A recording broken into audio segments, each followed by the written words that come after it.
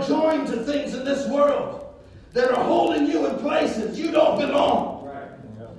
Some of you are joined to people that are holding you in things and places where you don't belong. And until you cut the tie, until you break free of some of these places and some of these things that are holding you in the pig pen, you will continue in that wrong way all the way to the place of death. But the prodigal sat in that pig pen in his own stinking mess. I did this. It's not everybody else's fault. It's not God's fault. My father was good to me. I think of when I was in his house and I was blessed. I think of when I was there and the goodness that he bestowed upon me. Everything that I needed was provided for. I took what he gave me and I went in this wrong way. I stand here today in this pig pen because I did this. And he thinks to himself, I sit here in starvation with nothing. Nothing. Wrong things took me in the wrong way. And it's resulted in me living in the sty, wallowing in my own misery, wallowing in my own issue, wallowing in my own depression, wallowing in my own pity, wallowing in my own bitterness. Can't let it go. Won't let it go. But the prodigal moved beyond that. And something clicked. I hope something clicks for somebody here this morning. His eyes were opened. And this doesn't just happen by happenstance, if I could use that expression. This happens because somebody is praying for you. Somebody's looking for you. And the father that he left was standing looking for his son to come home. Waited for that boy that had gone in a wrong way because of wrong things to come back home again. And there's a voice that's calling him out of that pit and calling him back to his father's table and calling him back to the place of life. Calling for him to locate his place of purpose again and his place of destiny. He doesn't belong there. Other people will be happy in places you can't be happy because God has a distinction on you. You don't belong there. You don't belong there. You see, Jonah made it miserable not only for himself but for everybody else. He didn't belong there. He had a distinction, and there was some place he was supposed to be. The prodigal comes to himself and said, I'm sitting here and I would eat the very husks that the pigs would eat, and nobody's even given me that. I'm going to go back to Father's house. This isn't just talking about going back to church, although that's a part of it. This is talking about going back to the Father. Going back to the Father. And what's causing you to run from your Father today? What's causing you to go away from His heart? What's causing you to go in a way that He has not called you to? Your Father loves you this morning. Amen. He loves you this morning. He's still in the same place you left Him. He's not moved. He's not changed. And His love for you has not wavered. Amen. Yes.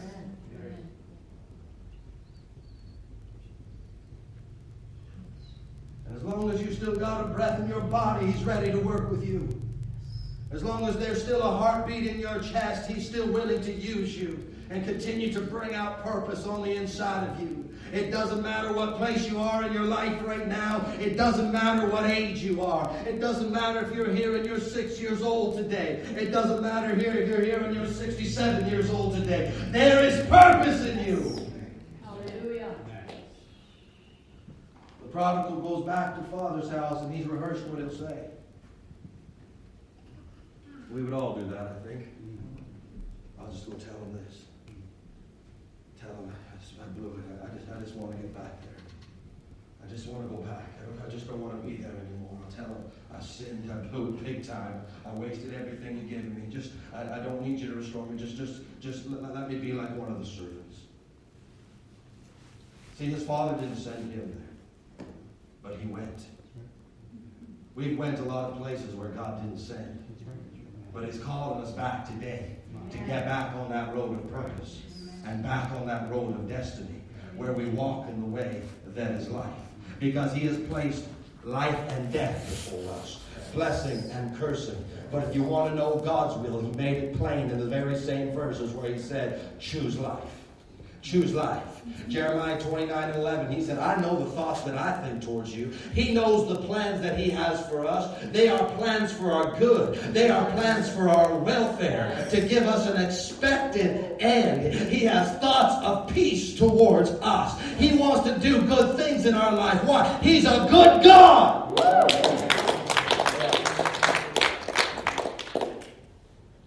And so when the Father sees him a long way off, He embraces him.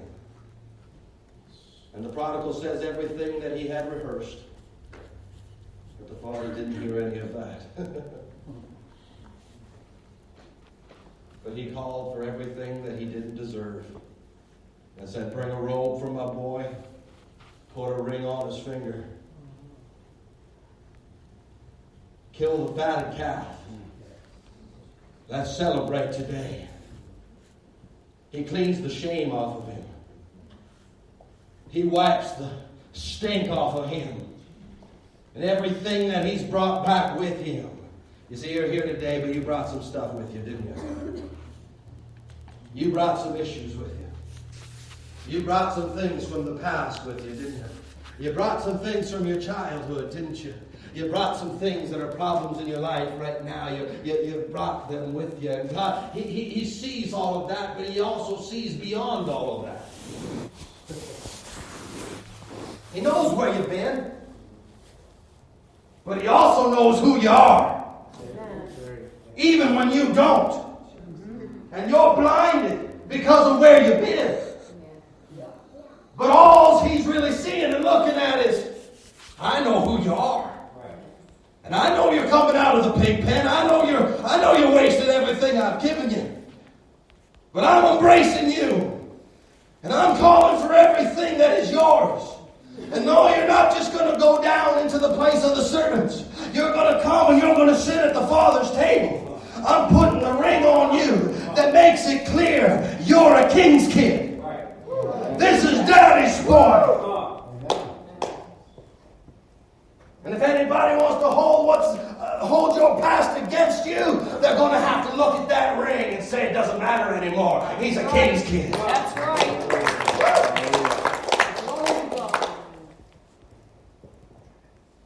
And so he is restored back in his way, back in the kingdom. The Bible says He's brought us out of darkness and into His marvelous light. Darkness is the way that our flesh will try and take us at times. It'll lead us to wrong things, which will take us in a wrong way. But the Spirit in us, it is life. If we'll listen to our own carnal mind, it'll take us all over the place. Every thought that comes in your head, every lying voice that whispers to you. But if you would hear the voice of God on the inside of you, where He tells you that you are His, that you belong to Him, and though you were in the pig pen, now you're back in the fold. You belong in Father's house.